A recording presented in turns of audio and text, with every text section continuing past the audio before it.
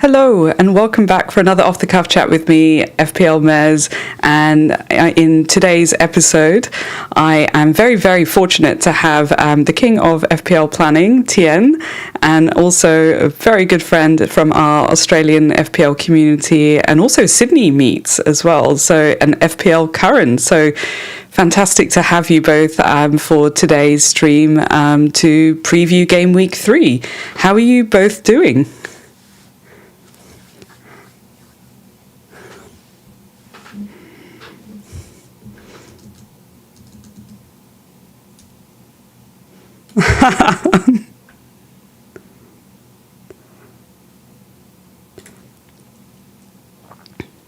Yeah, nice. How about you, Karen? How's it going on your end?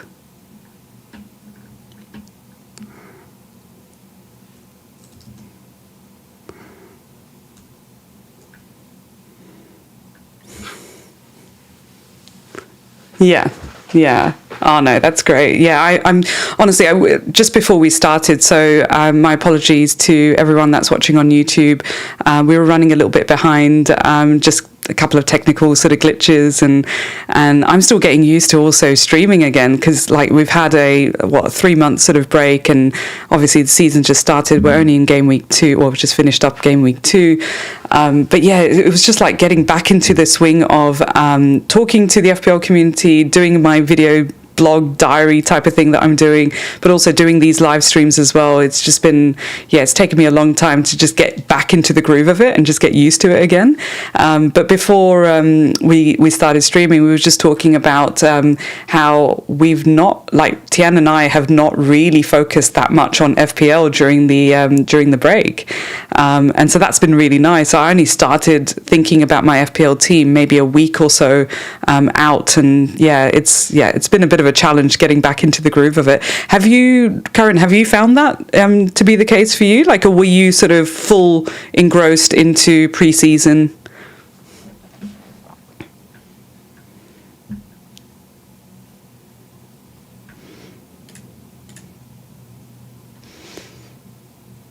Yeah.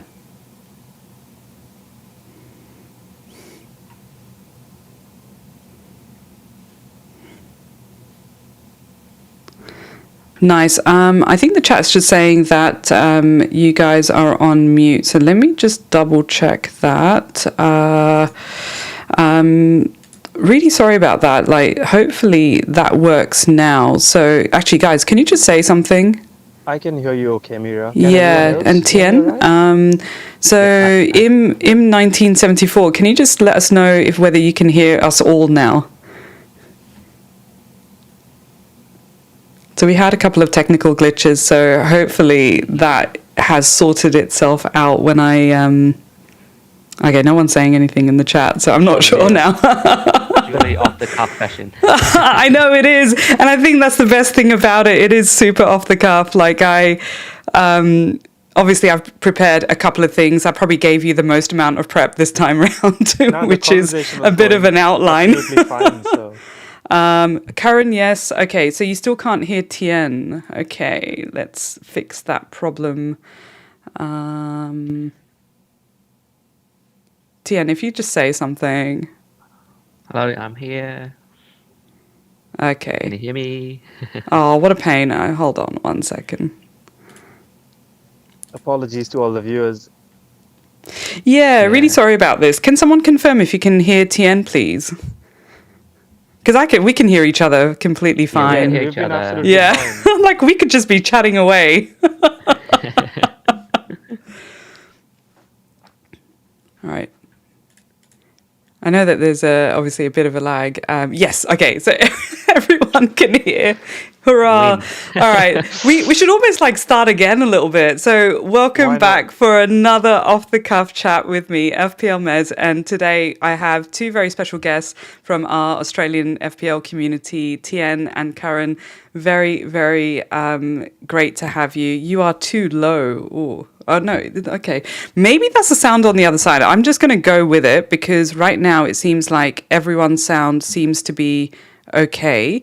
But if it's not okay, let me know and I'll try and sort of fiddle around with it as we're sort of going through the session today, and we'll work it out in between. So hopefully it'll be all right. Everything sounds fine on my end, and we can hear each other. So yeah, please do shout if you lose the sound entirely. So we're previewing game week 3, and so before we start sort of in the groove of how game week 3 is looking, we were just having a bit of a chit chat about how immersed you have been during the preseason, all of that. Still early days. I feel like I'm still getting to know some of the players. The transfer window hasn't even closed. It's just been, it's been pretty crazy. But before we get into the details of all of that, let's just remind everyone a little bit, if you can share a little bit about yourself. So, Karen, how long have you been playing FPL? Tell us about your FPL history. This is my 5th year playing FPL, and great to be here chatting with you and Tien. I think over the last 5 years, I've been chasing the top 100K, and it's been eluding me every now and again. So the closest I've been is 110 or 112K, and kicking on stronger. And I think I want to be there this season, as much as it's getting trickier. So looking forward to it. Yeah, how about you, Tien? So I started playing in the 2014-15 season, so that was about 10 seasons ago. And yeah, so like a lot of people started out as just playing in a work mini league. So I started work in a new workplace, and then someone say, "Oh, hey, do you want to join the Fantasy Premier League?" I didn't even know what it was at the time, obviously, even though I've been watching the Premier League for a long time. Yeah. And then, I just started there, and then after a few years, kind of got to know people on Twitter and started sort of branching out, and so I've been enjoying it every single year. And I think like you as well, this year I have been really taking a break from FPL in the off season. I didn't really look at it until basically like the week before. As well, like when the season launched, obviously a lot of people try to get the low ID. I just went to sleep, and then the next morning I woke up and obviously sign up to get like a 630 something thousand ID. But yeah, I don't mind. And then I just left it on auto pick for another 5 or 6 weeks until there was just a week before the start. So yeah, it's been great. No, that's really good. I didn't bother with my sort of like ID and all of that either. Didn't care so much about it. I think I'm like, I don't know, like 6 digits, 7 digits. I don't even know. But it's a memorable number. So I'm able to put it into whatever I need to put it into really quickly, which has been great, actually. I feel very lucky that I got a number that has like multiple numbers in there. So it was easy to remember. Before we sort of get going, has your style of play changed this season so far? Because it's a question that I like asking because I have been changing the way I've been playing. So it's my 4th season, and first season I was just playing like all over the place. Let me just play whatever chip I want whenever I want, and didn't really focus too much on like how to play the game based on chip strategies and double game weeks, that kind of thing. Those are the types of things I learned a lot later. But each year after that, so now that it's my 4th season, I've been changing my style of play. So last season, I started off super conservative, I tried to pick a super template team as well, didn't have a great start to the season. The season prior to that, I was, again, just taking a few more risks and balancing it out. And this season, I've gone aggressive in the start. I triple captained Haaland, for instance, in game week 2. So I went a little bit aggressive with like how I wanted to play. But have you found that over the years, like you guys have been playing a lot longer than I have, but Tien, have you found yourself like changing your style of how you play FPL? I wouldn't say that I've changed a lot. So in the last 5 seasons or so, I think I've been playing pretty similarly. Even though every year I'll try, tweaking a little bit or try something new. But I think overall, it's still kind of slightly conservative, long-term looking and sort of slow and gradual style of play. Yeah, but I did have a few sort of experiments with going a bit maverick with captaincy, or some wild picks every now Yeah. and then. But yeah, I don't think I'm going full maverick just yet. Yeah, fair enough. How about you, Karen? I think, Mira, you've got a really good set of guests today because I'm on the flip side again. I would say I'm probably the complete opposite of where TN sits, and again, for the right reasons. I like to be a bit adventurous in terms of taking hits, in terms of chasing points where I can. And this year, though, to answer your question, I feel given that we can roll 5 transfers, I've been a bit patient with how I move with the players I bring in. Yeah. And that's where, having 1 or 2 differential picks in my playing 11 when I first set the team. And since then, it's been about really being patient. Yeah, But fair enough. that doesn't seem to be how the Twitter community is moving. So we'll talk more about that later. Yeah, no, absolutely. Yeah, no, it's been it's been so interesting. I thought to myself, wow, 5 transfers, isn't that amazing? And I was chatting to my family league, and we've got new members that have joined the family. So there's a couple of weddings that have happened this year, and I went back to the UK for one of the weddings as well, and so there's more partners that have joined the family league, and they're sort of new to FPL or do watch football, but not necessarily sort of play FPL. And so, I've added them to the family league and just gave everyone a little bit of a, hey, by the way, we've got 5 free transfers now. And there's a couple of things that have changed in case you haven't, picked up on that. And they were like, what? So I can go to sleep for, 5 weeks or 4 weeks or whatever, and I'll have 5 free transfers to use at the end of that. And I'm like, yes. And then I was thinking, oh yeah, these guys are going to be a couple of casual players, in the side in my league. But yeah, it's going to be interesting how the transfers thing goes, especially because I've had high hopes about it. I had 2 free transfers going into game week 3, and I've already used up one of them. Spoiler alert. And now I'm like contemplating using the second one. Meanwhile, I was thinking, wouldn't it be amazing to save 5? Yeah, that's exactly where I'm a step beyond where I've already used 2. So spoiler alert again. Oh, I love it. No, it's really good. Did you set yourself any goals this season as well? So I've been setting myself, I think I started off setting myself top 500k, and now I've been sort of hovering around selecting 250, 100k as a target. Yeah, do you have any like specific philosophies going into this season or targets, Tien? Not really. I think in the last few seasons, I've been pretty sort of have decent ranks. But I don't think that's the most important thing to me. I think my goal is just to improve every year. So even in the year where I finished like quite highly in the sort of just over 1,000, it always toward the end of the season, just the last few game weeks that I lost ground Yeah. because I tried to play aggressively and try to gain rank, but then I'd end up losing rank in the last few game weeks. And it seemed to be the theme for the last couple of seasons as well. So I've been trying to just sort of like experimenting with different way to play so that I can have like a strong finish. Yeah. So that the goal is just to find the weakness in how I play and then try to improve that rather than having a specific target of rank, because that to me rank is just a number.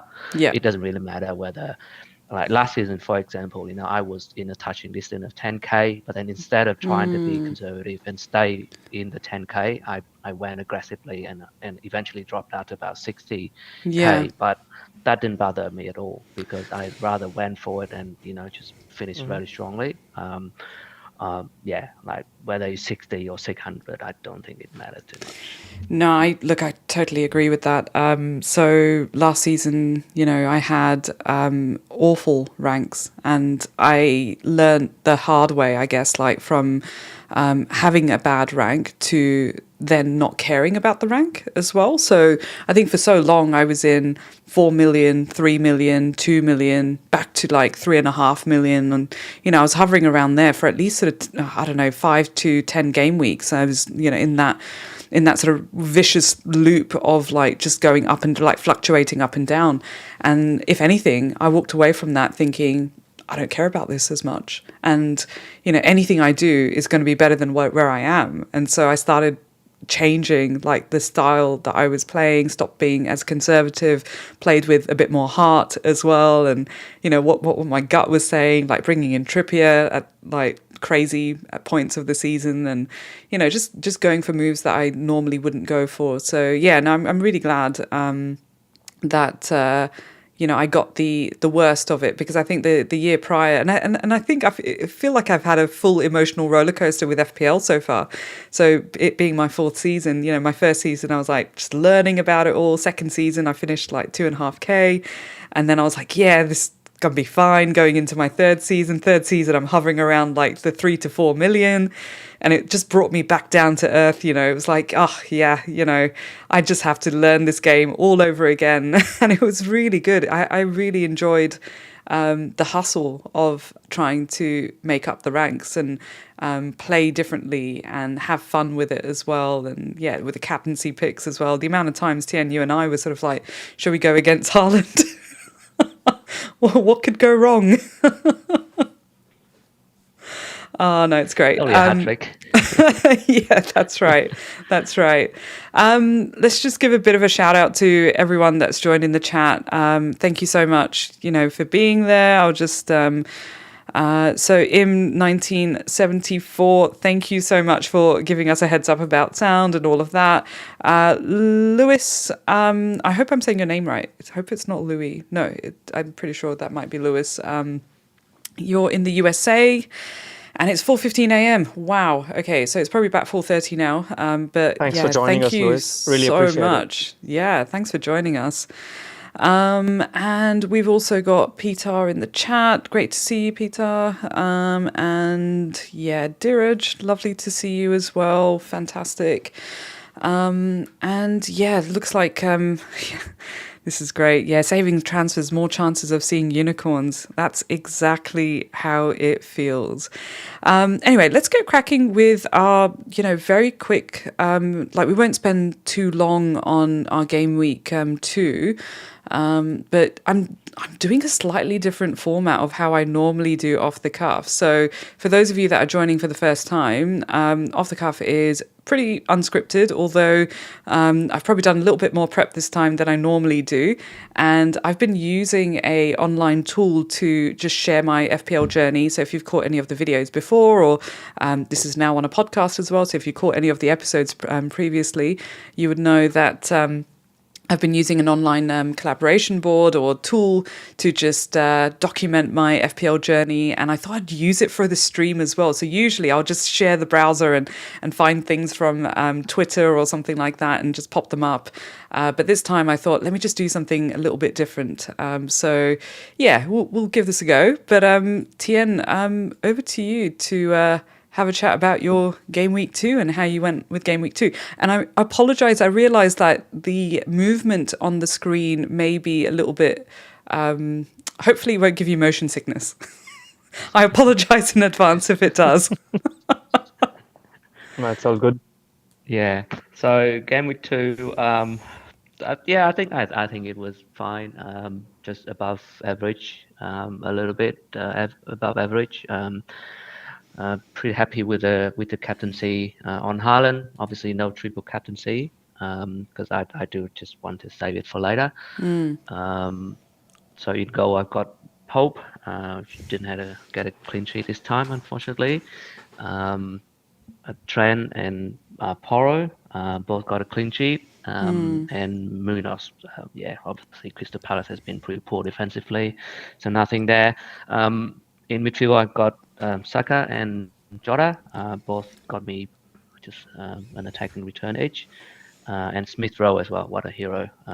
So very happy with him. But on the other hand, Nkunku is a bit of a disappointment. So I think I started to have to admit that I think probably Nkunku might have been a mistake. Game week 1 pick. And then up front, beside Haaland, I've got Isak and Muniz. So Muniz actually came on to replace Solanke, which was injured. So that was an unplanned transfer that I had to make sort of closer to the deadline. I was thinking about rolling and play Roger, but I think in the end I thought, Solanke was injured and he was coming into like a sort of a few tough game weeks anyway, so I didn't really want to keep him. So I made a transfer, and Muniz should have a few decent game weeks coming up. Yeah. So I think that was a transfer that I wanted to make. So yeah, 77 points. Not great, but not bad either. I'm just No, happy pretty to be good. sort of around the average. Yeah. Yeah, absolutely. Yeah, really interesting about Nkuku, and obviously he's been, heavily transferred out this game week as well. And probably even prior to that, I think after his sort of early sub in the first game week, I think a lot of people started to transfer him out as well. So yeah, it's really tough with Chelsea at the moment. I think like we'll get onto like the fixtures soon anyway. But yeah, with Chelsea, they've just got so many players, right? It's bizarre what's going on over there. But yeah, Nkuku, Tian, unfortunately. question for you. I know you've mentioned you made a move last week for Solanke to Muniz. Is Nkunku on the chopping block for you this week, or are you holding fire? I know you've got Rogers on the bench, so I ask. I've still got him. I mean, Roger has a good fixture this game week, so I'm happy to play him and just put Nkunku on the bench. That makes total sense. Just for the viewers. Yeah. I mean, we're going to be talking about a game week 3 team, so we'll cover some of that in our transfer plans and all of it. All right, Karen, let's chat about your team. So, how did you go game week 2? I was pretty happy with the score that I got. Given that I don't own a Salah or a Trent, and being a Liverpool supporter myself, I think I've hedged my bets when I've gone for a Saliba versus a Trent, and then putting that 1.5 million into maybe a third forward spot. But now that Solanke has been injured, I've already made my moves, which we'll talk about later. Yeah. But overall, for the audio listeners, I've got Henderson as my keeper. Like mentioned by TN, Crystal Palace not so great defensively, but I'm happy with my defense when it comes to Saliba, Porro, and Robinson. Pretty much everyone getting a clean sheet. Saka, Diogo Jota, Gordon. Again, everyone returning, couple of assists and a goal. Smith Rowe being the hero again. Minte was a bit of a meh. Having said that, Haaland I captained. 2 minutes before the deadline, I had a triple captain on him, Mira. But Yeah. What happened? Why didn't you do it? I do not want to blame anyone, but a certain tweet came onto my timeline, Yeah. and it was from FPL Planner. Tian said, "Don't triple captain because of FOMO." And I said, Oh, okay, yeah. that makes sense to me. If my personal self would be making the decision, I wouldn't be triple captaining. So I removed the triple captainship. So onward and upward, I'm saving it for a double game week. And Isak has looked a pale shadow of himself from last season, and I know a lot of people are losing faith. I'm holding on to him. So that's where my playing 11 was 90 points. I'm pretty happy with it, above average, fairly. And the first couple of game weeks have been pretty decent for me. Yeah. It's really funny that you say that about FOMO, and so you had FOMO of not playing triple captaincy, whereas I was having FOMO, and I'll chat about my team in a moment, but I was having FOMO for playing my triple cap, like as in, I saw so many people, like when I tweeted out a couple of days, prior to the deadline, I was like, oh, is anyone up for triple captaincy? And so many people were negative about playing the triple captaincy, right? So I was like, oh, maybe I shouldn't play triple captaincy. Maybe I shouldn't go there. And I actually started getting FOMO about, am I playing it too early? And will I be missing out later? So it's really interesting to hear that you had FOMO for playing it, for not playing it. 477,000 managers, triple captain, and kudos to you guys, including you, Mira. 51 pointer, can't complain at all. Yeah. But seriously, I left it till 15 minutes beforehand, and look, your score is fantastic for not triple captaining, right? Like 90 is huge, like definitely above average, and really good picks on your part as well. I have Saka FOMO at the moment, but then I've got Salah in the team as well. So Yeah, I'll I think it's Saka is a bit tough. of a Salah light right now. Yeah. Yeah. I am definitely contemplating the value of having Saka over, Salah at the moment. But obviously I've got massive Liverpool bias as well. So, and it's tough because like, I know, Karen, you're a huge Liverpool fan. We've got our own sort of Liverpool group chat as well, like with some Liverpool supporting managers as well. And it's really tough. Like we're chatting about all the things when it comes to Liverpool, and we're going to be talking about the United and Liverpool match. I love how we're all sort of wearing our United and Liverpool sort of some shape or form, like we're representing our clubs. I had to go with Salah like in my team. But yeah, kudos to you for having a great team and smashing it this game week as well. Like it's much higher than. I've seen scores of 90-ish playing triple captaincy, and well done, Karan.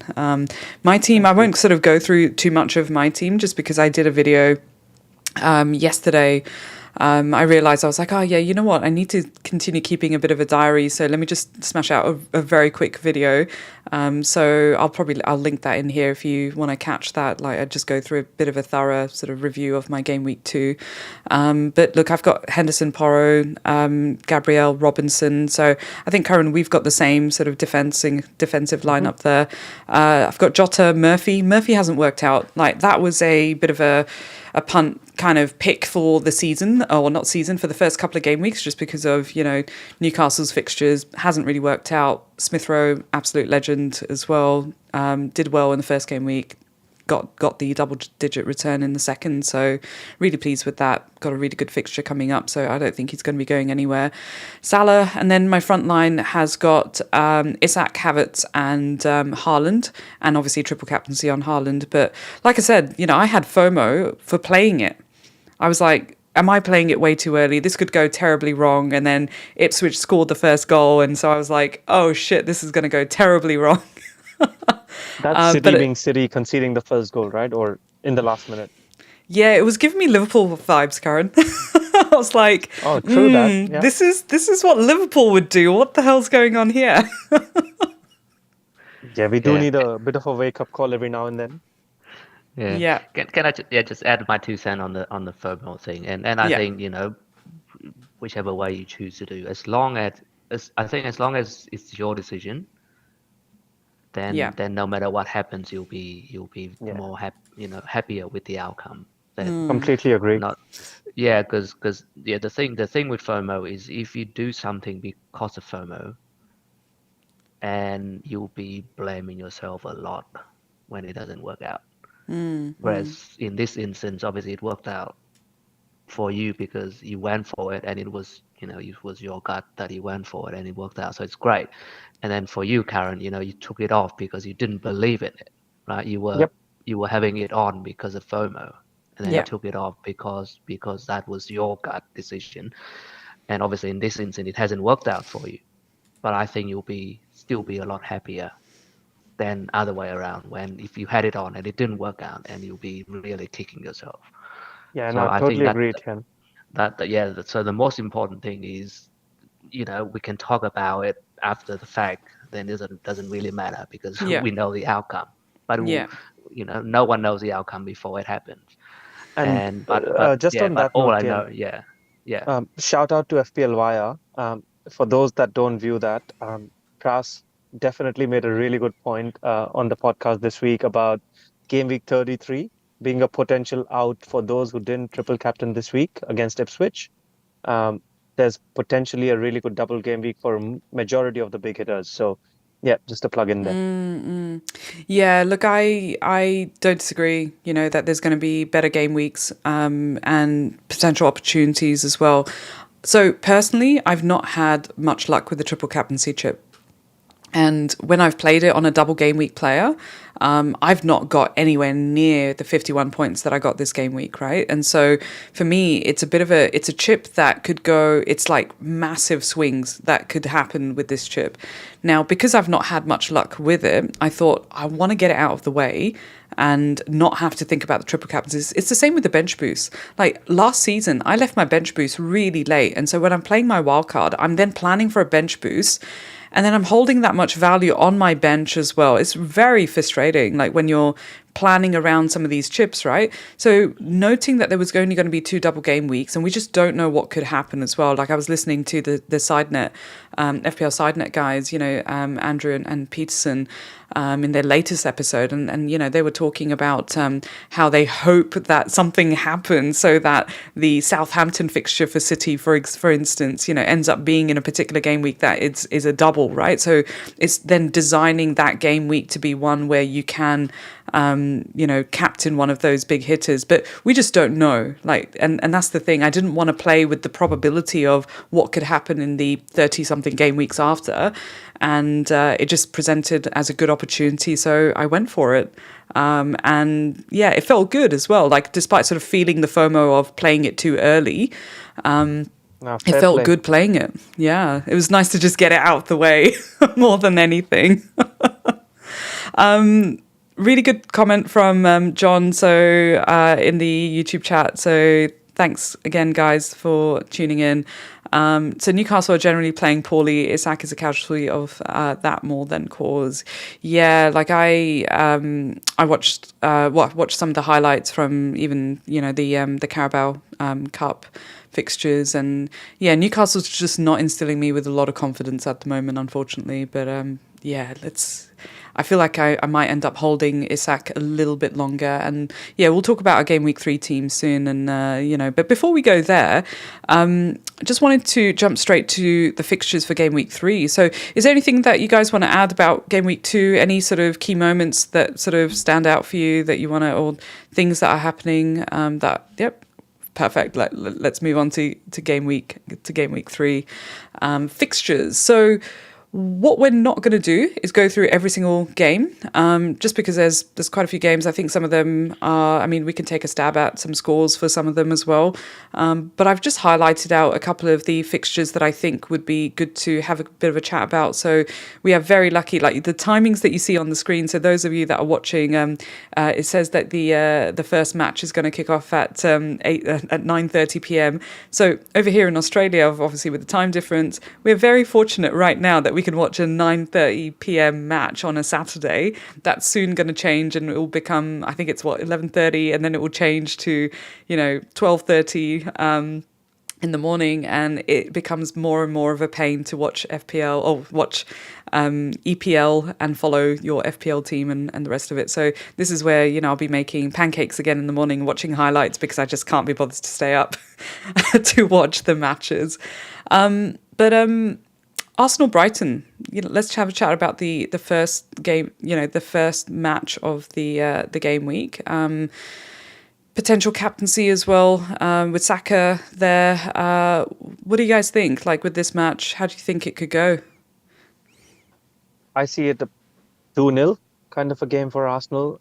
Playing at home, last couple of seasons they haven't quite made it till the end to win the title, but they look like strong contenders. And the way they've recruited as well in the midfield and in the defense, I think Arsenal are up there. So I say it's a 2-0 kind of a game. Yeah. Yeah, I think it's a win for Arsenal, but I think they'll probably concede because Brighton have been looking pretty good recently as well, especially at attack. Raya has been sensational in goal in the last 2 games. And obviously I don't have an Arsenal defender, so it's kind of like a little bit jealous with you two and a lot of people who have an Arsenal defense. But personally, I think they concede this game because historically, I think Arsenal have been leaky at home compared to away. So they get a win, and I'm hoping Saka will once again get some attacking return because I think he's been looking very good. Yeah. I'm considering captaining him as well, if not for the early kickoff, which is probably the main thing that will Well, put he's me off definitely that. up there as a captaincy contender for sure. But I'm tempted because we'll talk about Man City in a second. But Man City away from home versus Arsenal again at home. Yeah. Yeah, so yes, I've got a Arsenal defender. So I've got Gabriel. I went for Gabriel instead of Saliba, mostly because the EO was it was very low, so it just made sense. But I thought I'd give myself the same pain that I gave myself last season. Why not? Oh Just dear, got used to I it. still can't forget that. Gabriel I was on the Gate. receiving end. Were I you was on the? the receiving I end. was just going to ask you. Were you on the receiving end like I was? I was, yeah. I had Gabriel and I slept because the deadline was at 3:30 a.m. or something. Yeah. And then what did we do this season? We go and pick Gabriel I've, again. I've got Saliba Oh, for that have you? very That's right. reason. Just me then. Just me. So you both got Saka in your sides. Yep. Is that right? Yeah. So I've Very got tempted Havertz. to give him the armband. Very tempted, to be honest. Yeah, okay. Yeah. So I've got Havertz. I decided to go with Salah, of course, in my team. And that meant, I couldn't get Saka, but also I was very tempted to have Havertz instead and just again change up my forward line, and rather than going for Haaland, Isak, and then a cheaper forward that I could bench like your Muniz or Pedro. I decided, I'll go with Havertz, and of course Havertz got a return in the worked first out game well week. so far. Yeah, it's Yeah. been okay. Like he only got 2 points in the last game week, but that's all right. Like I'm relying on him to hopefully get some returns as well. But yeah, I think this match is going to be interesting because. And it always is, between Arsenal and Brighton. I feel like Brighton have got a really good side at the moment. And defensively, completely agree. Not very good. But from an attack point of view, I have a feeling they may nick a goal against Arsenal. Just because they've just been full throttle attack, in their last couple of game weeks. And they've won their last 2 matches as well. Yeah, well, Yeah, they're in the top exactly. 4 right now in terms of chances created and points as well. Yeah. So we'll chat about captaincy in a mo, but you're seriously thinking Saka then, both of you at the moment? I'm Second very choice tempted. for me right now. Yeah. Fair enough. We'll jump to West Ham, Man City, and then we'll come back to some of the other ones if we want to have a chat about them. But yeah, so City's away to West Ham. What do you reckon with this one? Like Haaland's right up there from a captaincy sort of perspective. Like I'll have a look at some of the clean sheet odds and the goal odds in a mo as well. But yeah, at the moment, my armband is on Haaland, but I'm very tempted to go Mo. But that's, again, a bit of a Liverpool bias there, so I'll come back to that. But I feel like Haaland may be the captaincy choice again, and I feel like I'm being super boring with my captaincy picks, like especially last game week and potentially thinking about City. But yeah, West Ham haven't been looking too great. Not sure, like they've got a new manager. Yeah, what do you reckon, guys? Like, do you think it's going to be a big scoring match? I'm going to edge with caution here because personally, when you say you're going a bit boring with Haaland, doesn't necessarily mean that's the worst or the wrong pick, right? Because last season, just for being adventurous, and again, that's the style of play I adopt, I was burnt by not going Haaland captaincy when I should have gone for the obvious choice. Yeah. So, yeah, just a word of advice there. But having said that, West Ham versus City, I see it being a possession-heavy game for West Ham, and then Man City might, get a couple of goals. That's how I see it. Not a clean sheet for Man City either way. Yeah. I think there are better options, and if there's 1 week for us to go against Haaland, this could probably be one of those game weeks. Yeah. Yeah, I like Yeah, it. I think I agree. I mean, Man City will win the game, but uh, yeah, I don't think it's gonna really be like a smashing sort of 3 or 4 goals against West Ham. So yeah, away from home, they're not as good. And um, yeah, I think if you want to go against Haaland, then it is a better fixture to go against, definitely. Do you have any other City players in or like in your thinking at the moment as well? So I don't think either of you, like obviously Karen, I know we've got the same pretty much similar back line, but Tien, you have to remind me, like do you have like Yeah, Guardiol no, I or don't.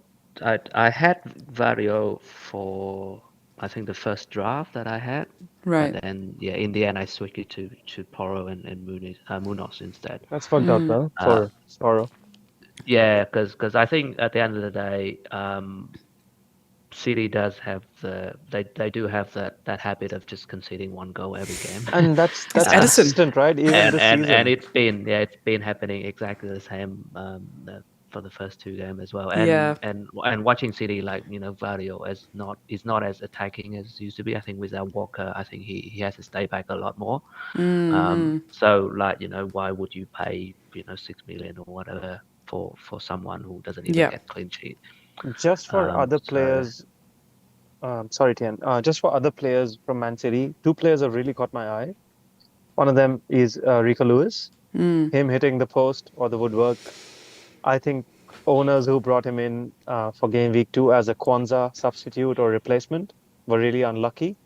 Um, Savinio, he looks like proper Mahrez to me. So wearing the same number 26 t-shirt, and he's really rocking already on the right flank, cutting in, and it's only a matter of time that he becomes an essential at 6.5. So as long as Champions League doesn't make him a, a substitute option, as long as he starts with Pep Roulette, I think he's a really good shout at 6.5. Early days though. Yeah. Yeah. Yeah, and he's really cheap. Yeah, you're right. It's super cheap, 6.5. Yeah. Yeah. I'm not thinking about bringing in any other City players, though, in my team. Like, they've not really been on my radar, only because, like, Foden's out at the moment.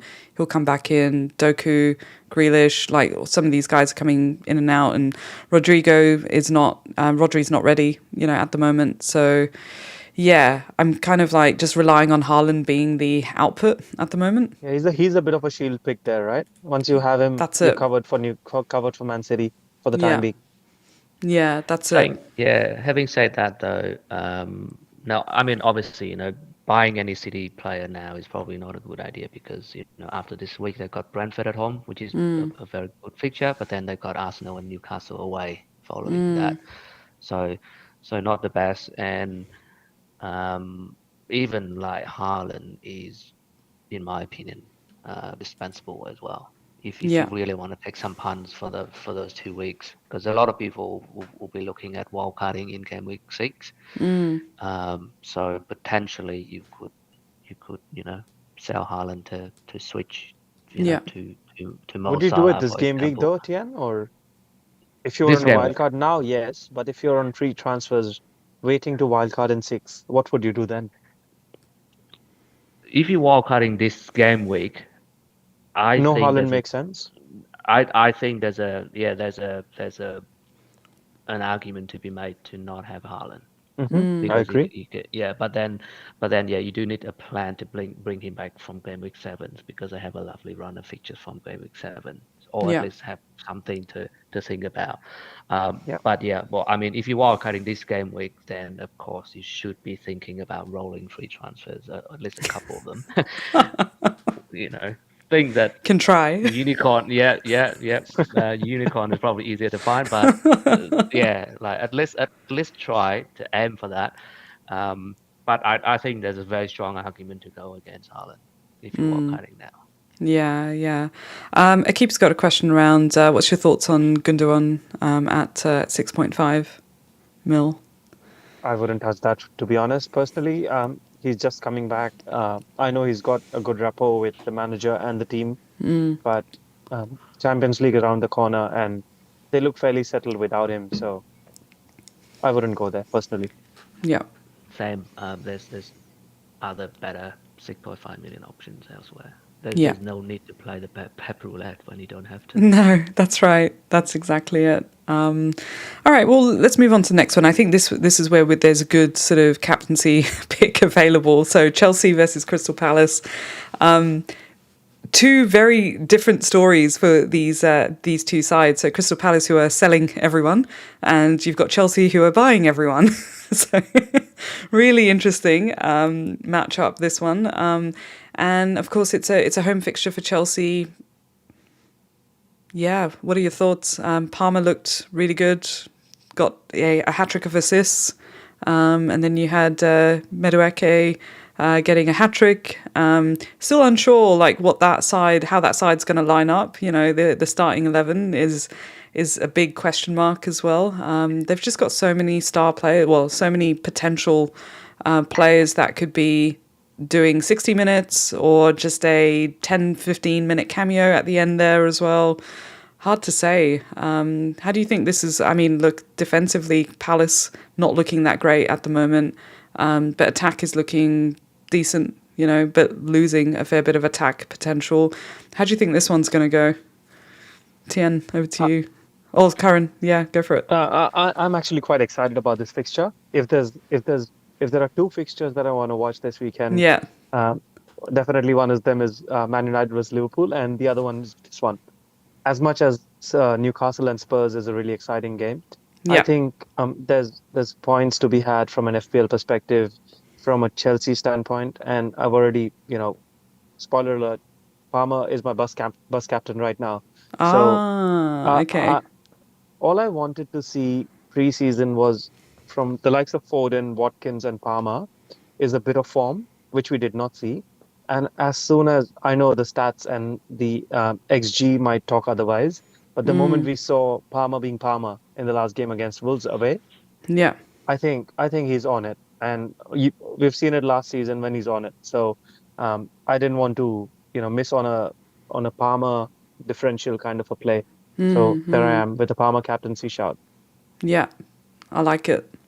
It's good. Yeah, I think that's a great shout. I think Palmer looked really good last game.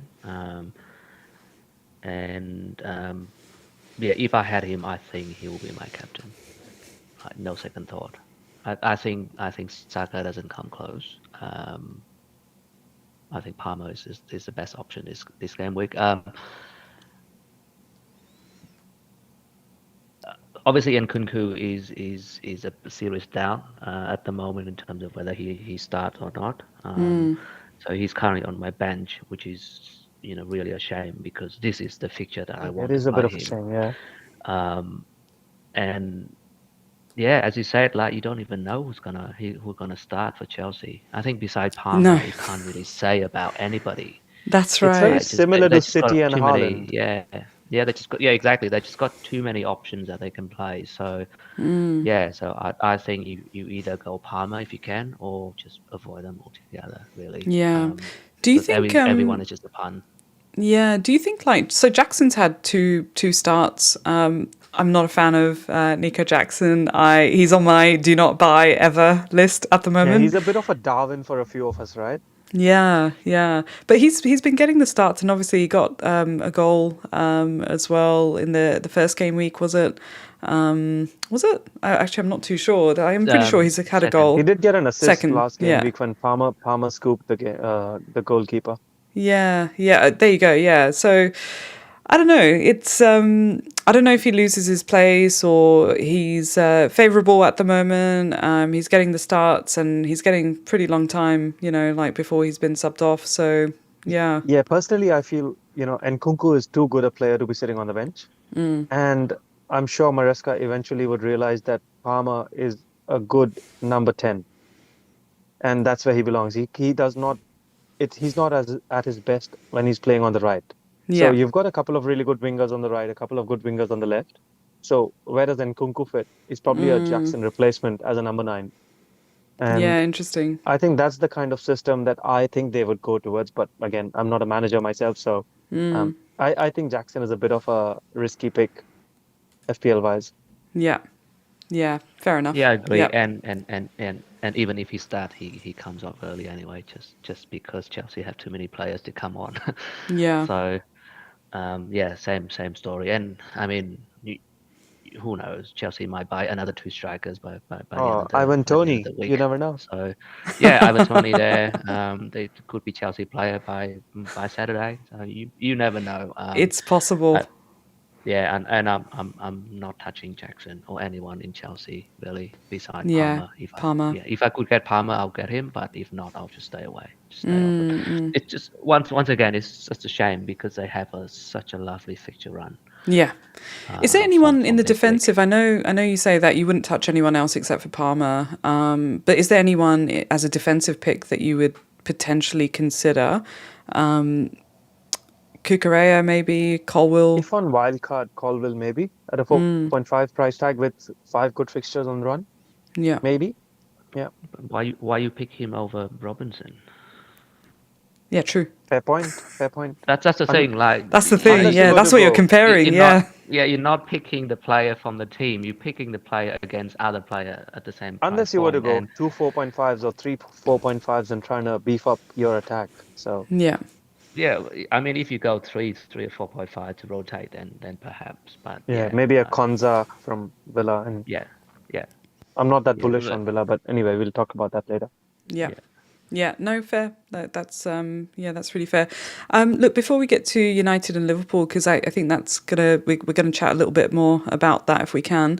I agree. Newcastle Spurs. I didn't highlight that fixture mostly because of captaincy. At the moment, I don't know if we'd want to captain a Spurs player or a Newcastle player in that fixture. But yeah, I think it's going to be a really good match. And I'm really glad that it's on at 10:30 p.m. on a Sunday because it's still a fixture that you can watch. And gosh, I might have to check what time my first meeting is on Monday morning because I'm probably going to stay up for the United Liverpool match as well. So yeah, what do you reckon? Like I've got Isak in the team at the moment. That's Murphy, gonna be a bit of a basketball historically, right? yeah, Murphy, I've already, spoiler alert, I've already got rid of. I have Pedro Porro in the side as well. I don't have any other Spurs players. But yeah, I'm looking forward to that match. Yeah, Yeah, same. from a No, I think it's viewership gonna be a cracking perspective. match. Yeah, it should Yeah. be a good match. Yeah. I Yeah. just really hope that it's like Newcastle do get some of the attacking prowess back because I think when Harvey Barnes came on, like they play much They look better. so much better. They look so much better with him. Yeah, so if he's fit to start, I think if he start, then Isak will have a lot sort of better chance up front. Yeah. But to those having Gordon in their squad, I think Barnes starting on the left, as much as it's beneficial for Isak and for Newcastle as a whole, it's not really good for Gordon because Gordon's going to play on the right then. Yeah. So just a caveat, when Yeah. Barnes starts, they look better attacking wise, but it's not so good for Gordon as a shout out. Yeah. And John's just said Spurs high line versus Gordon, Isak and Barnes equals goals. Isak captain. Yeah. I mean, it's not a bad shout. I think, At home. because- At home. At home. The thing is, people will look at like, oh, Isak has blanked for the last 2 games. That's the Didn't look very problem, good yeah. and all. Yeah, but of course, you got first game, they got a red card very early on. So playing with 10 men, you got to ride that game off. Yeah. And then second game, playing away from home. Newcastle's historically not very good away from home anyway. And the lineup, you could argue that it wasn't best. Set up for Isak because Isak had to drop and try to sort of control the ball a lot more. So yeah, as you said, playing the Spurs high line may suit the system better, and especially if Barnes starts, and then Isak could be could be on for a few days. So great shout if someone want to go really punty. Yeah, I reckon so. Akib's just said Isak scored twice versus Spurs last time. Yeah, look, it's the only reason I'm holding on to Isak at the moment. That I've got enough money to go Isak to Watkins right now, and I'm just holding fire on that, despite sort of Villa having a good fixture there. There's a bit of a recency bias that's kicking in there, right? Because everyone's just wanting to get rid, and I think he's the most sold player right now this game. Yeah, it's insane. Yeah, but it's funny how he was the most hyped up player before, and he was almost an essential when it was about our FPL game week 1 squad. Yeah, had to be. So it's He was funny the how first things one in. change. Yeah, and it's funny how I think he was the highest owned forward as well. So it's funny how things change so quickly and knees are jerking. I totally get that. But Yeah. people selling Eze and Isaac, I just don't get it. We got to hold Mm, firm. We got to hold fire. It's a matter of time. Points will come. yeah, Yeah, it's absolutely. the same people probably sold Palmer and Son before game week 2 That's because they it. didn't return game week Yep. 1. Yep. So yeah, exactly. Yeah, yeah. Well, it's like what we were chatting about in our Australian group chat as well. Like, who's buying Romero right now? Like, how did he increase in Oh price? gosh. But you gotta love it. You gotta love how it sort of swings. Massive shout out to Ryan, FPL. Sorry, football chat box. I always sort of say FPL chat box, but it's football chat box. Ryan, great to see you. He Thanks really needs for to change his joining name. us. I know, I know, because on Twitter he's MS. I think it's MS28 or something like that. Yep. Great to see you though, nonetheless. All Thanks right, for joining, so. Ryan. Yeah. So before we jump into a bit more around Liverpool and United, I'm just going to go to the captaincy picks basically. So obviously we've got. I think Salah is probably least preferred at the moment, just because United's not going to be an easy fixture. We know that it's always a little bit. I mean, although like when I pop up the last couple of matches that United and Liverpool have played, they've been like wildly like one way or the other way. It's just it's crazy. But Haaland away to West Ham, Palmer home to Palace, and Saka probably home to Brighton are probably the top captaincy picks, bar the potential Isak pick for those that have Isak and want to punt on that captaincy pick against Spurs. But so Tien, where are you landing with your captaincy at the moment? Like I know we're going to chat about our game week 3 teams, but should you Yeah. consider what would be your order of priority? Well, I mean, for me personally, I only have 2 choices because I don't have Mo Salah and Palmer, so it'll be between Haaland and Saka at the moment. And so currently the bus captain is on Haaland, Yep. and vice captain is on Saka. It might well switch by the deadline because I'm really tempted. The only thing Yeah. that keep me away from Saka is Gandhi. Yes. Yes. Yes. Yes, I remember sort of tweeting out, I think it was last season or the season before, where I was trying to work out where did this whole Gandhi thing come from? Because those of us that are, I've got no Indian, idea. yeah, those of us that are Indian origin, for us it's like, what? For me anyway, like new to FPL, I was like, what is going on? How do I explain this? But yeah, no, you're right. Like there is a risk with that one. How about you, Karen? You've already given us a spoiler on yours. Yeah, my bus captain's Palmer, and I've actually made 2 moves, 2 free transfers to bring him in. So that's kind of a bias kicking in that now that I've spent 2 transfers, I want to make the most of it. Yeah. But I think the thing is, these are like Avengers right now. You can't have all of them in your team. No. And I've got 3 of them in my team right now. So Haaland, Palmer, and Saka. Yeah, that's And incredible. I feel, yeah, Palmer is probably my pick of choice. The former again is saying I don't have Salah, but you can't have them all. So I'm going Palmer captain. Yeah, yeah, fair enough. Look, I've only got Salah and Haaland, which is completely different combination to both of you. I love that. I love how we've all got slightly different combination to what we've got up on the screen, which is Salah, Haaland, Palmer, and Saka. So I'm currently on Haaland mostly because I've not changed it from the last game week, but I'm very tempted by Salah. And I think I might leave it very last minute. And I've been playing. It's only been 2 game weeks, but I've been playing based on vibes alone. I'd do it. Yeah, I know I'm bad influence on your captaincy shouts. you are. I You remember both Trent are. last Actually, year. you both are. That which is hilarious. You have to tell us the story, Karen, because you're both terrible when it comes to.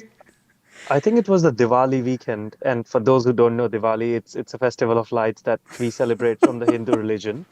And we were just wishing each other Diwali, and you're like, "Hey Mira, deadline's at 8. We're probably going to be half drunk. What are you doing with your captaincy?" I feel I'm on half vibes. drunk now. Yeah, I feel I'm going Trent on vibes, and Trent had a home fixture or something, and he ended up scoring a 1 pointer. Yeah. But the next game week he scored a 12 pointer, Yeah. and Mira and I we both captained Trent in the 1 pointer, of course. So that's a bit of a fun fact. Yeah. Yeah. Bad influence. Yeah. And Tien, like we've twice done the shall we not captain Haaland? What could go wrong? Yep. What could go wrong? Only, Yeah.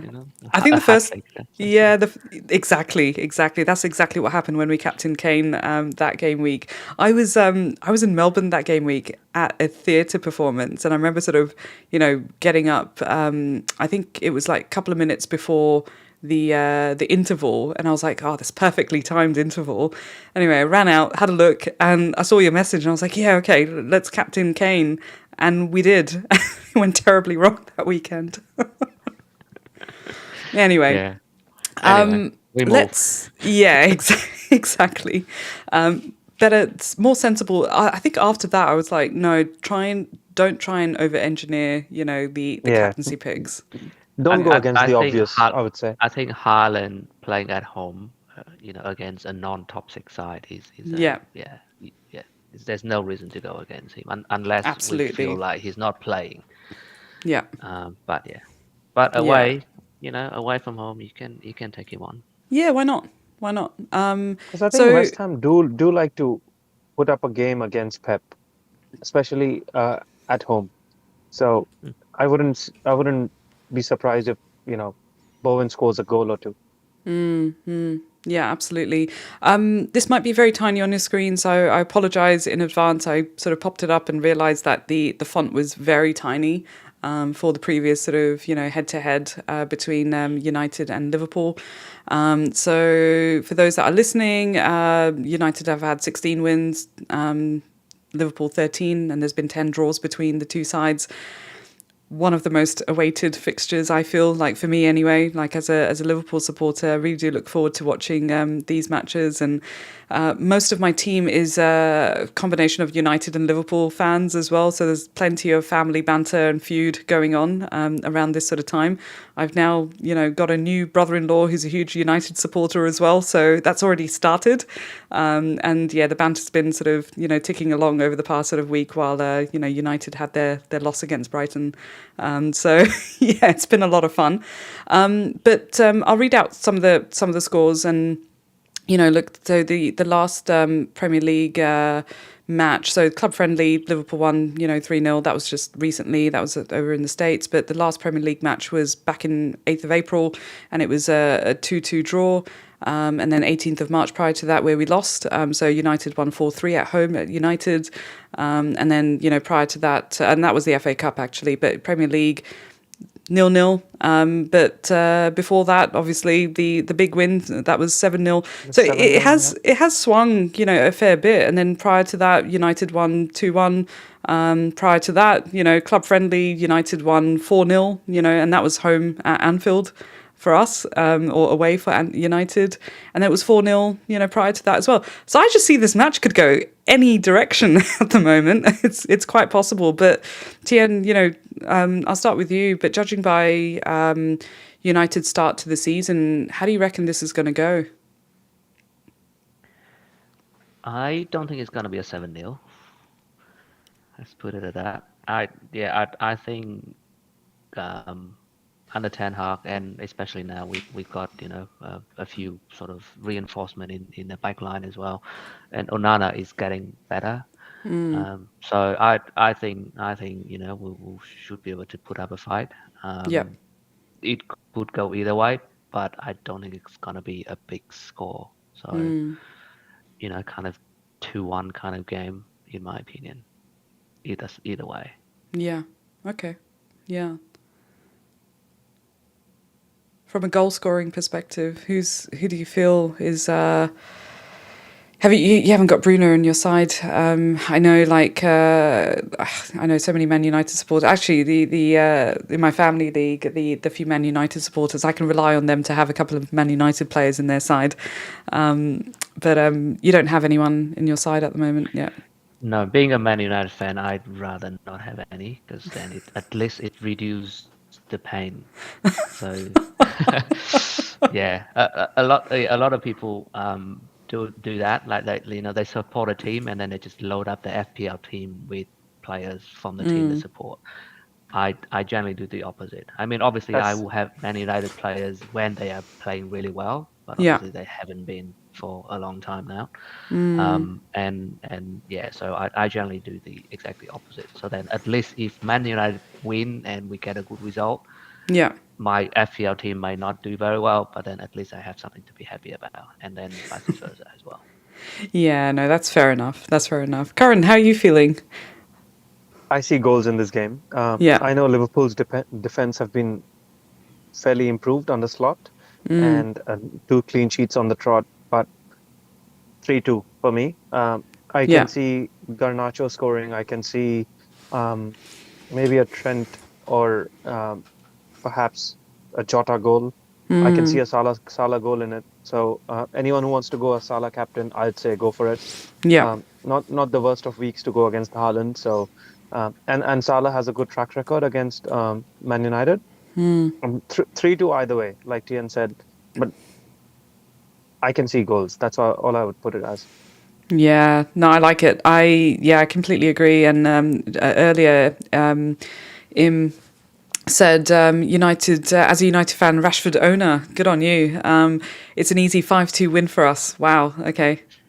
I mean, I don't know about 5 Love the goals. banter. Love the Yeah, I banter. love it. Yeah, yeah, I mean, you've really showed us, the first 2 game weeks. Yeah, so, and this is the thing. This is what the banter's been like in the family chat. But Ryan said 2-1 either way is what I'm thinking.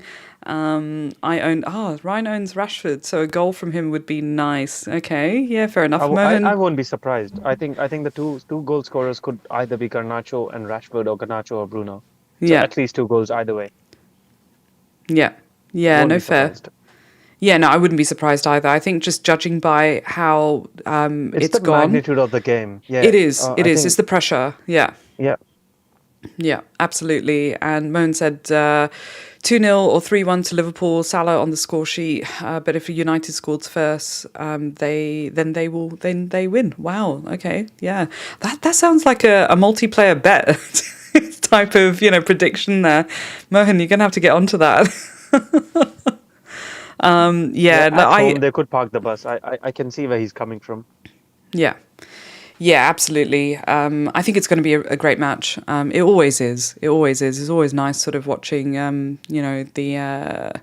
It's not. I don't know if you would call it a derby, right? Like, but it kind of feels It's a that One of the way. rivalry. biggest rivalry in the It's the Yeah, it's biggest a Premier League. rivalry. rivalry. Yeah, Yeah. yeah, yeah, yeah. It's a good one. Yeah, look, I think it's probably going to be a 3-2 type of a match. Liverpool, of course. I reckon, yeah, 3-1, 3-2, that sort of game.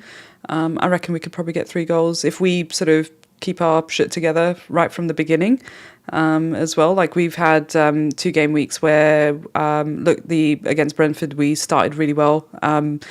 First game week against Ipswich, bizarrely, it was almost like the first 45 minutes we were just non-existent, right? So we hardly had any goals, any sort of shots on target, and we didn't play as well as I hoped that we would play. So yeah, I reckon there's going to be goals. It's going to be a fun match, definitely.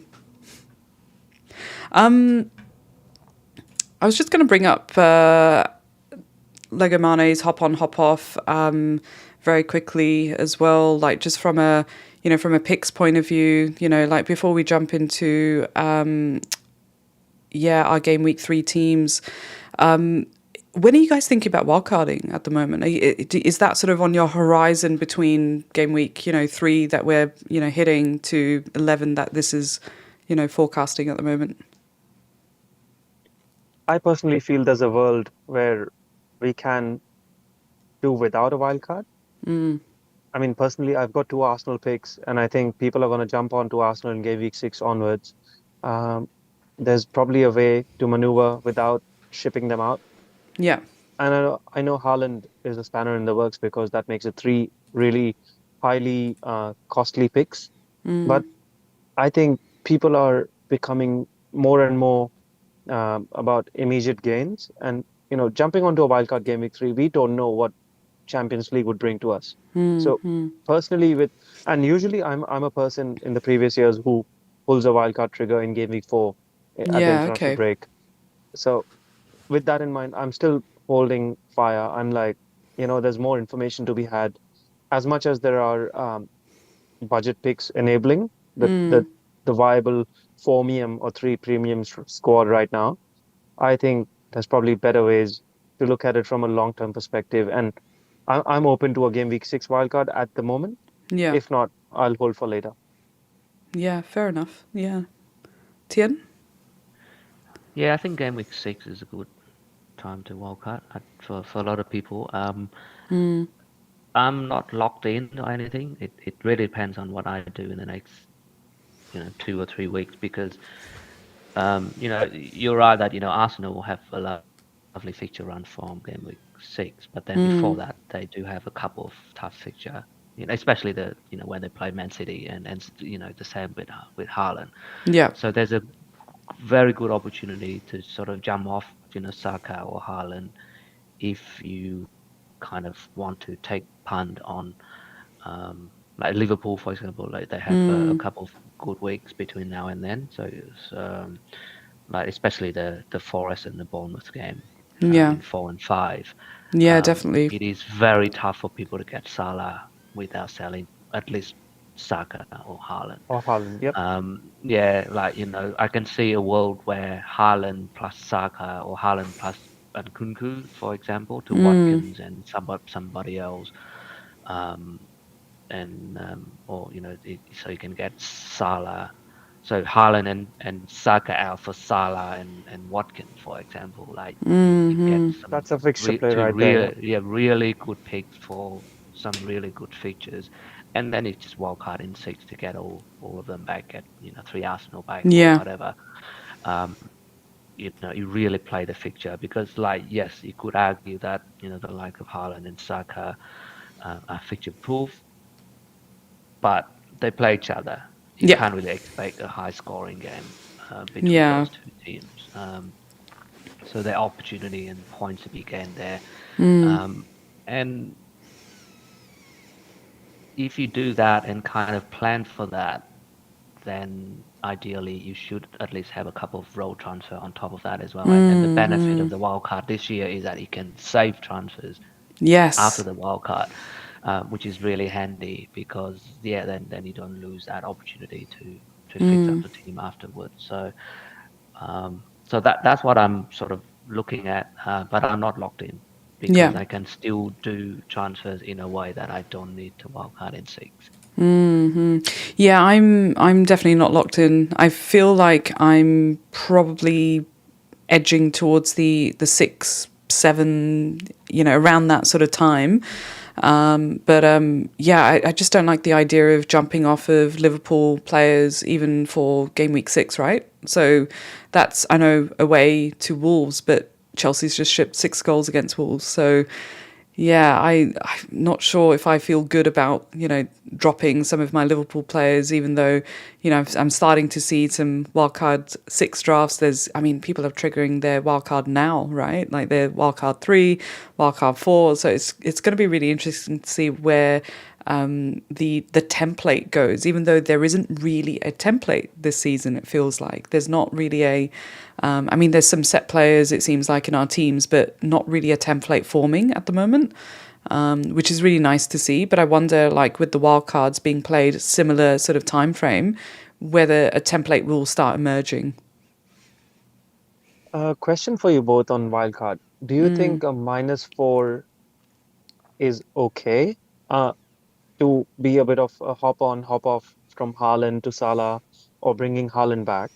You reckon a -4 is something you would be okay with, or would you still press the wildcard button given that we can roll the transfers?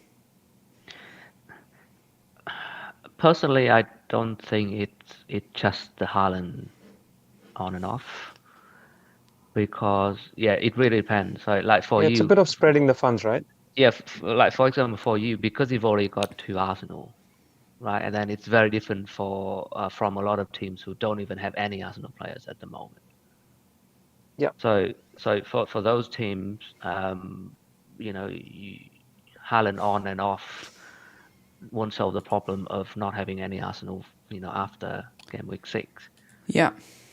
So Yeah, on the I flip think side, I don't have any Liverpool apart from Jota. So yeah, it's a similar conundrum. well, but that's the thing, like, because you've already chosen to not having Liverpool, or having too many Liverpool, then is that what you want to do? Like, is Liverpool players that you want to load up now and sacrifice elsewhere?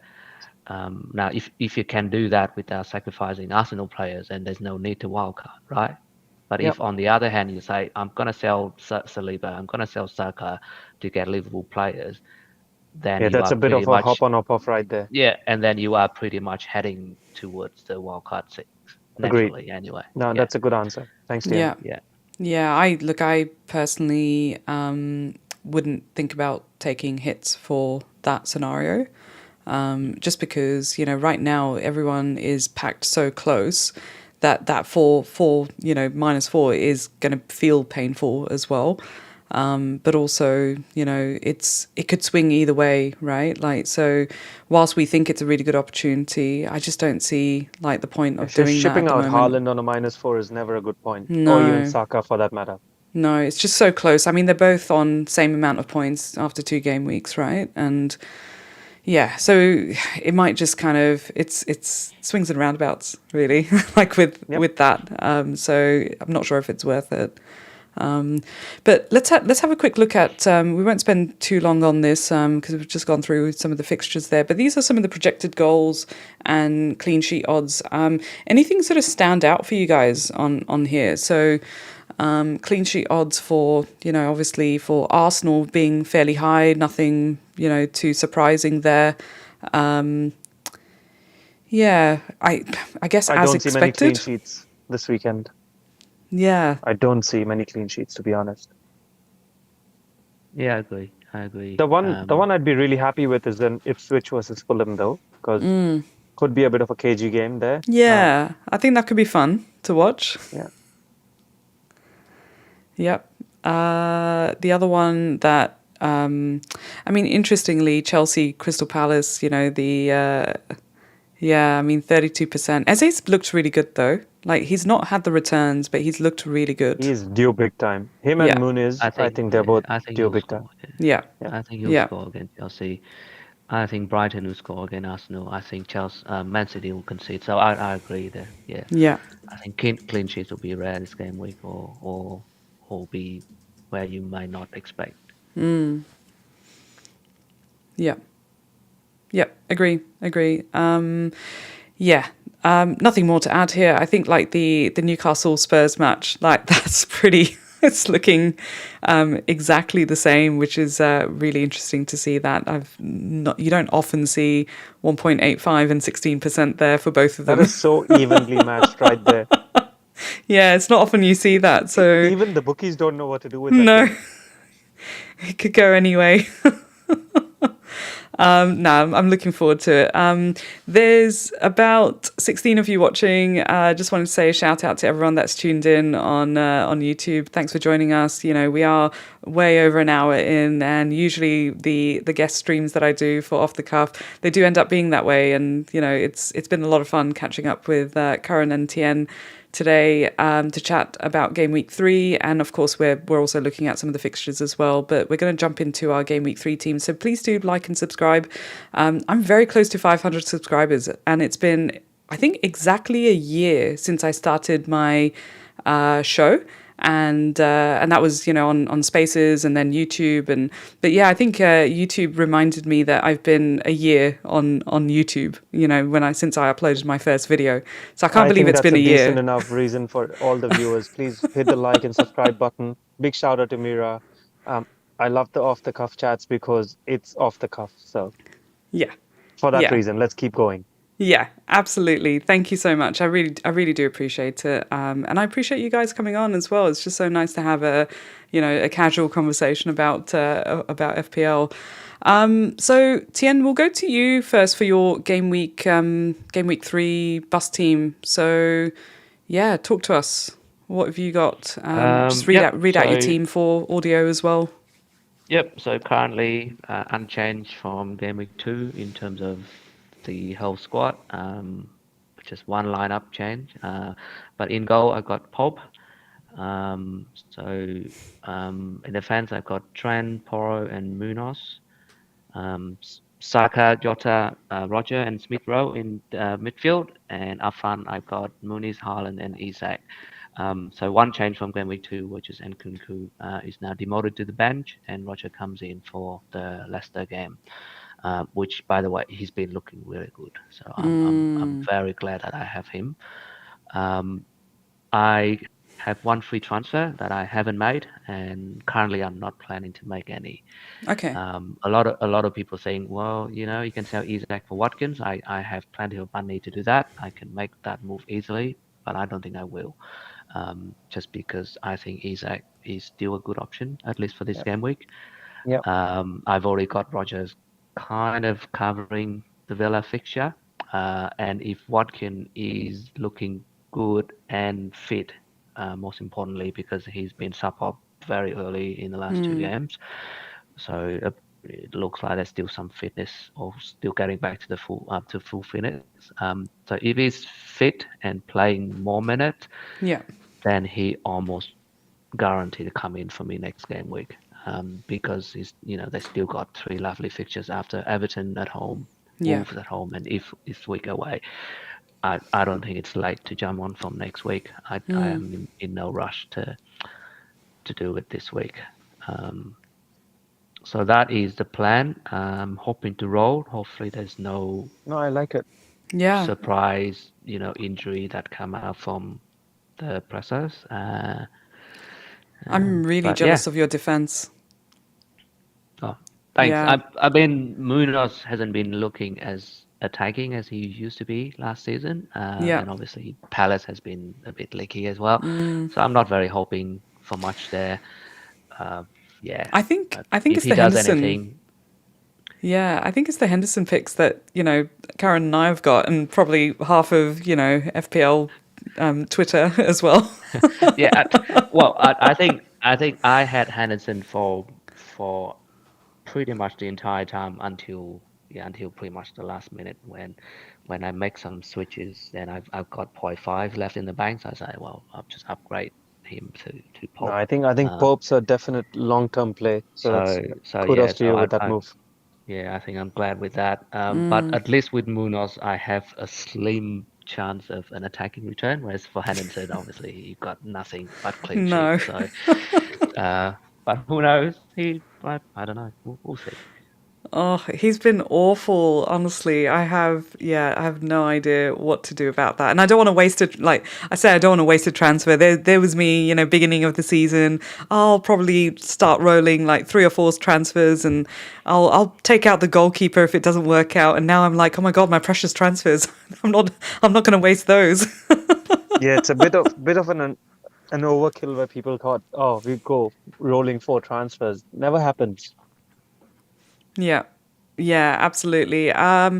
Quick question from Dheeraj. So Dheeraj has said, was asking, do you think that there's any world where you can bench Porro for, say, Konsa this game week? No, I wouldn't. No. Yeah. Because Porro has been very attacking as usual. And Leicester's playing at home. Yeah, taking shots. Yes. So, no. I mean, it's probably unlikely that Porro will keep a clean sheet, but we don't own Porro for clean sheet anyway. No. Or any Spurs defenders for that matter.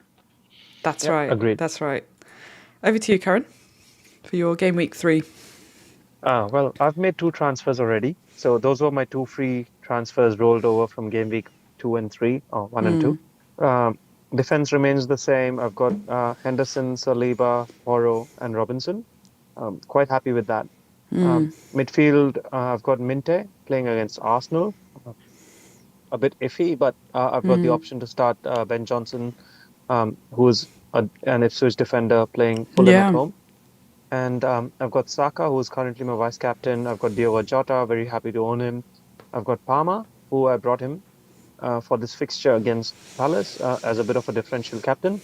I've got Smith Rowe, Haaland, and Isak on my bench. So the two moves that I made, I had Solanke, who's injured, who's currently injured. We don't know how he rocks up against Newcastle, but Solanke down to Jebison from Bournemouth as a bench fodder backup, and I upgraded Gordon.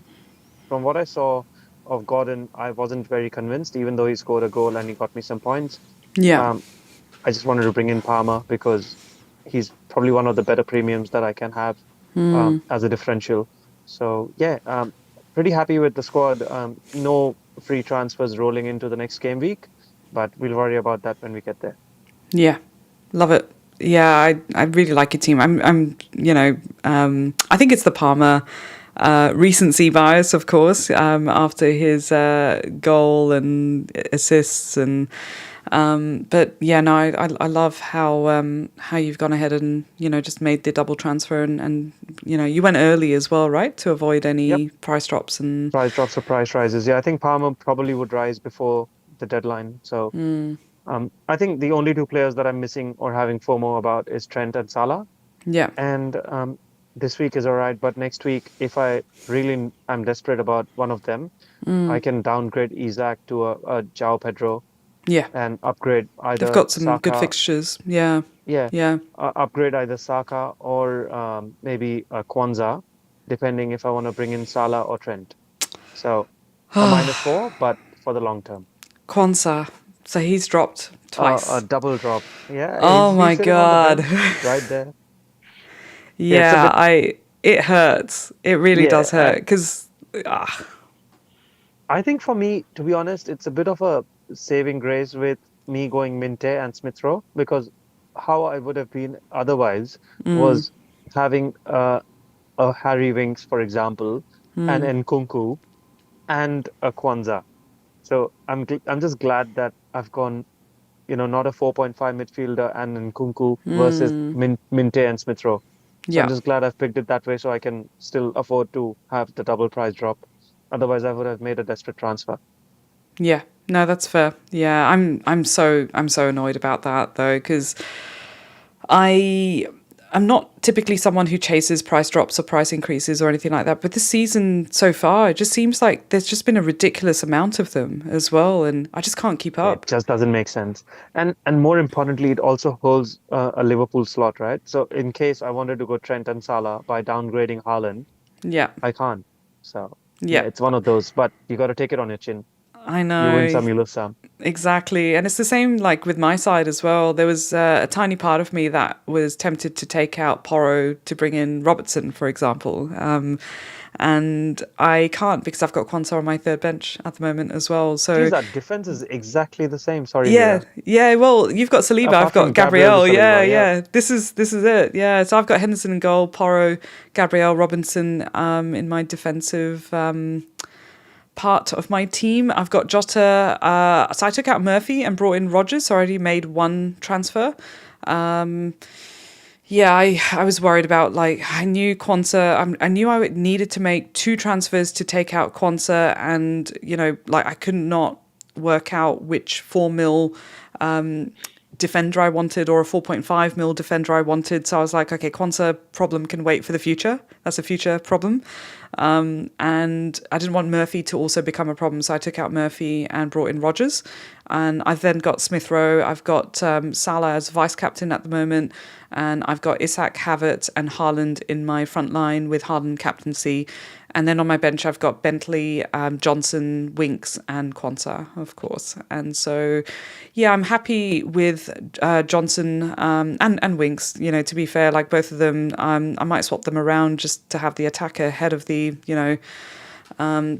defender there. But yeah, I'm fairly happy with the team. I've got I already rolled a transfer, so I've got one free transfer. So I quite like the idea of going into after international break, going into game week 4 with 2 free transfers. That'll make a huge difference, especially if I'm thinking about bringing in, a Robertson or a Trent. That's when Quansah will, make way from my team finally. But I have no idea who I'm going to downgrade. It could be a Havertz potentially. It could be an Isak. I'm not sure. I don't know how much I want Watkins as well. So that was definitely playing on my mind. Do I take Isak out now and bring in Watkins? I've got enough money in the bank to make that move. But I decided to go Rodgers just because Murphy was a problem. So I feel like it was a bit of a forced move for me. But it's okay. I'm all right with that. And I'm all right with this team going into game week 3 at the moment. I think it's just the captaincy that I'm a little bit on the fence about. I think if I don't go Haaland, I'll probably go Salah and just make a bit of a punty captaincy pick, I guess. Not the best captaincy pick, I feel. I don't think that match is going to be what I hope it will be. It'll probably be, challenging as we, discussed today around United and Liverpool. But I think Haaland is the safe captaincy pick for this game week. And without sort of over complicating it, I may just leave it there on Haaland. When in doubt, go Haaland. That's all I would say. From That's last it. year, I've learned that. Can't go wrong with Haaland, really. Yeah, absolutely. So look, we're nearly there. We've got a couple of questions, and if there's any questions in the chat, please do pop them up. We'll cover the questions, soon. So this time round, I decided that we'll play a bit of a game, and I'll try and keep a bit of a tally on this as well. But I decided to come up with a new segment, and it's called Punty McPunt Face. And I thought it'd be nice to get the guests to just pick a punt pick for just one game week. So game week 3, I asked you guys, who are your punt picks for this game week, and under 10% owned or 10% selected. A little bit challenging because obviously loads of transfers are being made at the moment, and I think Karen will go to your one first. So your Punty McPunt Face was Muniz, and obviously Muniz at the time of selection was still 9%, but I think he's tipped over 10% now. I'm not sure. I need to kind of check that. I think So disqualified. if it's not a qualified entry, I've got a wild card entry. I'd go Mbeumo against Southampton. Oh, And, yeah. I love that. I'll come back to that because that might have been a pick that we've already got. Probably a brace potential there. So Yeah. I'd go there if Muniz doesn't qualify. But if Muniz does, I'll still hold on to my pick. Because at the time of submission, he was 9.9%. So Absolutely. And yeah, I think it's a great pick. I was surprised he was so lowly owned. When you said Muniz, I was like, really? But yeah, he was under 10%. Brilliant. he's due. I think from what we saw, 7 shots on the on the goal, and he was a bit unlucky or maybe a bit poor in terms of his finishing. But from last year, we do know that he goes on a bit of a run where he starts scoring and then he's scoring for fun. So Yeah. I've never owned him. I wish I can own him, but yeah, for now, I think he's a good pick. All right, so our next Punty McPunt Face for TN. So TN, you had 2 picks as well. I just made a selection out of those 2 that you had. And Robertson, tell us about your pick. Yeah, so I think I really like Liverpool. So obviously playing against Man United this week, we've already discussed, but it's not just for this week. They've got 3 really lovely fixtures after that as well. Yeah. So Forest, Bournemouth, and Wolves. Robertson has been looking really good. Him and Trent, has been sharing the corners duties, and he's looking very attacking. Only around 5% on. He's a lovely differential, especially if you can't get to Trent and you want that Liverpool sort of attacking totally defender. Agree. I think he's a very, very good option. Yeah. So, yep. Yeah, I agree. He looked great. He looked really good. Like he had 2 chances, really 2 big chances. Yep. Yeah. So close. And that's where like Liverpool were a little bit rampant in their, their opportunities that they unfortunately missed out on those few ones. So my Punty McPunt Face, funny enough, is Brian Mbeumo. So I did sort of, pick him out. I probably should have mentioned it in the chat when we were chatting earlier. But yeah, I agree. I think it's a really good opportunity to go on Brian Mbeumo. I mean, 7 mil, it's a decent sort of price tag on him with Tony sort of, potentially not playing, making way. The only problem is that they've got, obviously, City next. So if it's just one game week, then their Southampton home fixture is a fantastic fantastic opportunity. Even Wissa, I was like close to thinking maybe Wissa could be a really good pick as well as a forward option, because obviously Mbumo is a midfielder, so yeah, I quite like the Wissa pick as well. But I think Brentford will start sort of scoring a little bit more, and this could be the fixture for it. Yeah, those on wildcard, I think Mbumo is a no-brainer. As long as you can rotate that eighth attacker from a Minte or a João Pedro perspective. Yeah, yeah, absolutely. Completely agree. So there was a couple of questions that came up on Twitter. So I've just grabbed them, so Akib, who's also in the chat. So yeah, Akib asked, what's my differential pick? So there you go. That was my differential pick. If I had to pick, I'd probably go Brian Mbumo. But I quite like the picks that Tien and Curran have as well. So Robertson, I think if I could go Robertson, I probably would have against United. I just thought he looked great doing that one move. But I think going into the international break with 2 free transfers and lots of thinking time will definitely help, especially with the Forest and the Wolves fixture that's coming up for Liverpool. So yeah, that's where I'd go. Karen, your differential captain if there is no Salah, Haaland, Saka, and Palmer. I'll go blockbuster. I'll say Ollie Watkins. Oh, yes. If there's points chasing and, Isak, Solanke haven't really been off the mark yet, Ollie Watkins is right there. The fixtures are there for the next 4 game weeks. Playing against Leicester, Forest. I think they play against Everton or Wolves as well at home. So, yeah, the fixtures are there. And we know what Ollie Watkins is. Last year, I used to call him Harry Kane light, but I think he's almost a Harry Kane himself now. Has had a slow start, but yeah, he's Ollie Watkins. We know the potential. Yeah, absolutely. I love it. And Lewis is saying that I think I took his pick there. But yeah, great minds. Sai is asking a question around Watkins or Jackson. Tien. Not Jackson.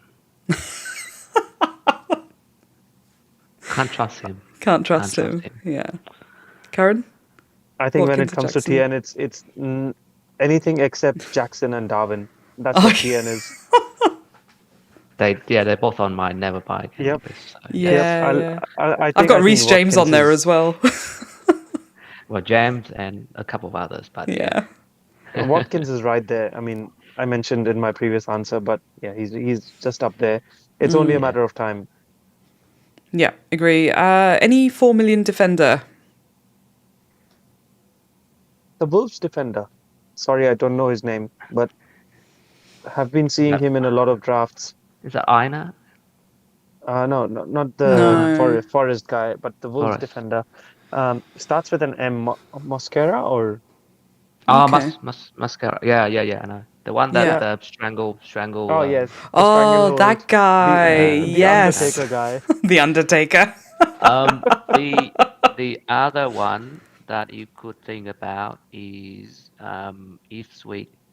Johnson. Ben Johnson or no, Greaves. Greaves, yeah, he looked good. Aerial threat, yeah. Yep. He is looking pretty good aerially. I think he's a target for every corner. They do come into a pretty good fixture run as well.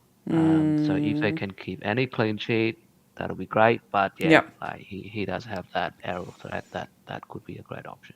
Yeah, absolutely. Yeah, no, I think that's a great pick. He looked great against us in that first game week.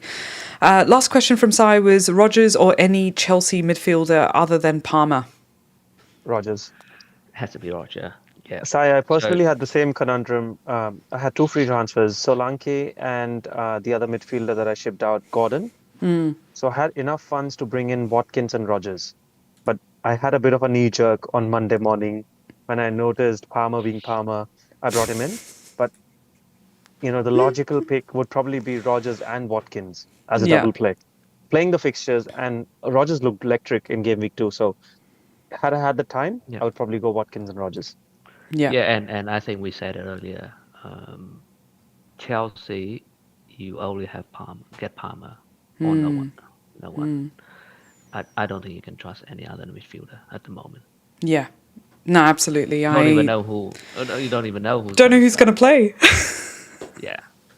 Neto looked really good though. Neto came on, he looked good. João Felix Felix looked came good, on, he yeah. looked good.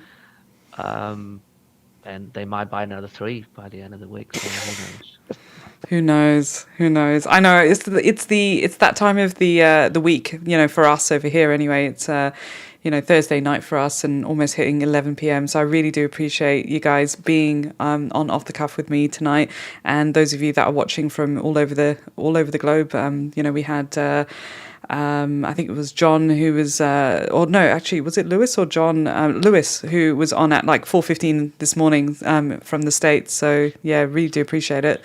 We'll take a couple of questions if there are any in the chat, and we'll probably wrap up at that point. So yeah, I think there were a few. So Mr. T, good morning, afternoon, evening. I hope you're all doing well.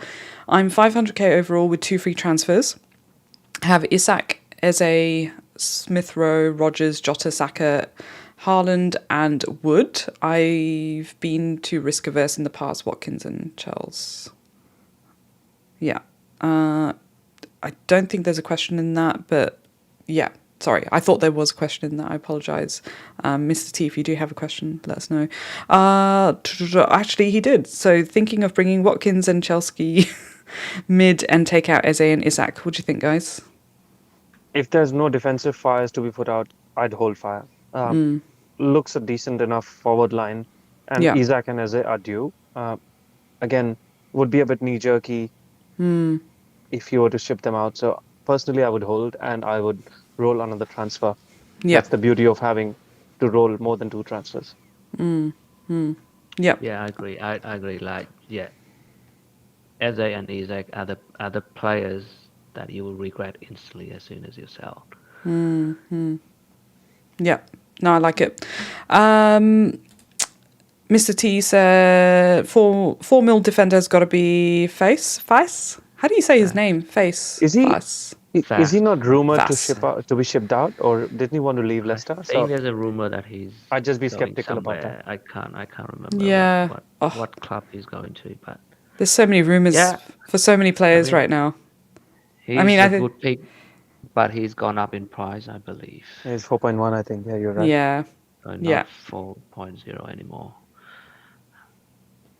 Yeah. I mean, speaking of rumours flying around at the moment, I think the most hilarious one that I got caught out by especially was, Darwin to Arsenal. I was like, wait, what? What am I waking up to? and then Karen was like, it's a parody account. But now it's picking up a bit of momentum. You caught me off guard, and I was like, no, that can't be true. No, seriously hilarious on that. But I think that's it from a questions point of view. Lots of thank yous in the chat as well. Really appreciate all of you guys being there in the chat. Thanks for all the comments. Please do like and subscribe. Really do appreciate your support. As mentioned, I'm nearing 500 subscribers. So yeah, it'd be wonderful to hit that during international break even, would be really, really nice. I've got some guests coming up during international break as well. Looking forward to chatting to some of the FPL USA folks as well. So yeah, especially from the Press Play podcast. If you haven't caught that, it's a fantastic podcast from the guys from the USA FPL crew over there. There was one more question that came up. That's hilarious. Favorite takeaway dish, something non-FPL for you, Tien? Turkish. Yeah, can't go wrong with a pide or a kebab, especially after a hangover. Yeah, we did that, Karen, after watching I remember that. an all-nighter of matches, the Sydney meets that we did. Liverpool, Everton, the derby we watched. Yep. Yeah, that was hilarious. What did we? I think we had I think I had a falafel kebab. I can't remember what I had. I had a chicken kebab or something, but that was a good night. That was a fun night. But how about you? What's your takeaway of choice? I personally love Thai food, so a pad ki mao. I'm not sure if many know about it, but it's a spicy flat noodle. Love it. Yep. No, I I think for me, Asian food. I think moving over here to Australia from the UK, especially. So the UK is so like multicultural, lots of diverse cuisines there. But the Asian food. So when I say Asian food, I mean Vietnamese food, Malaysian food, Thai food. It's not as good as it is over here, just because of the region that we're in, Asia, sort of Pacific. It's so nice. It's so good over here. So for me, it would be going for I don't know, just takeaway pho or something like that. Vietnamese. I love Vietnamese food, and yeah, so that's probably my go-to.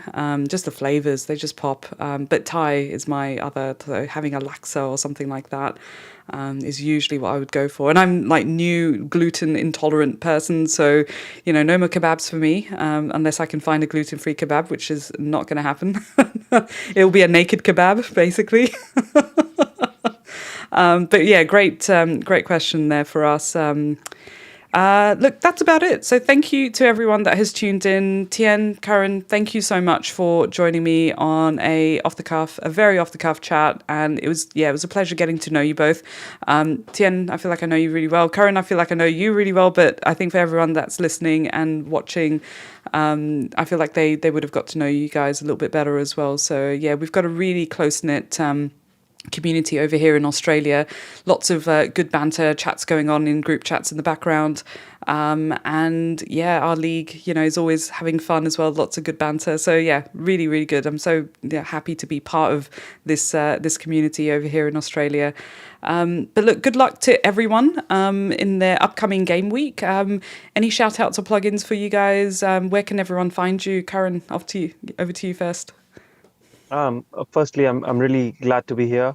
Thanks, Mira, for inviting me here. And everyone who wants to connect, I'm on Twitter, Karan_FPL, and really a pleasure to be a part of the Australian FPL community. Yeah, no, likewise. Thanks for inviting me on. It's just lovely to chat to you.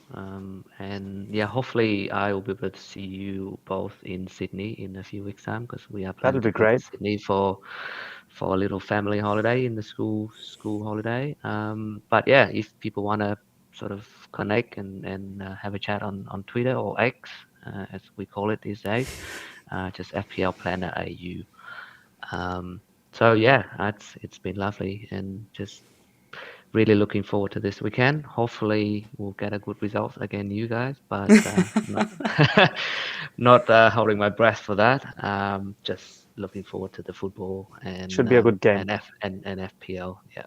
Yeah, no, it'll be a great game. And I love how like it's middle of the night and there's a bunch of us that are watching, watching football overnight and Goal Rush and all of that. It's great. Like you see a message pop up and you're like, yeah, there's a bunch of us that are awake watching, which is always good fun, fantastic. Yep. So it looks like we're having a Sydney meets in the next couple of weeks with Tien in town. So yeah, that'll be very exciting. Yeah, I'll socialize some dates and we'll make it happen. Thanks again, everyone. Great to sort of have you there in the chat. Really appreciate it. Like and subscribe, as mentioned. Have a great game week. May your arrows be super green. Good luck. Take care. Thanks again. See ya. Bye. Thanks, Good everyone. luck, everybody.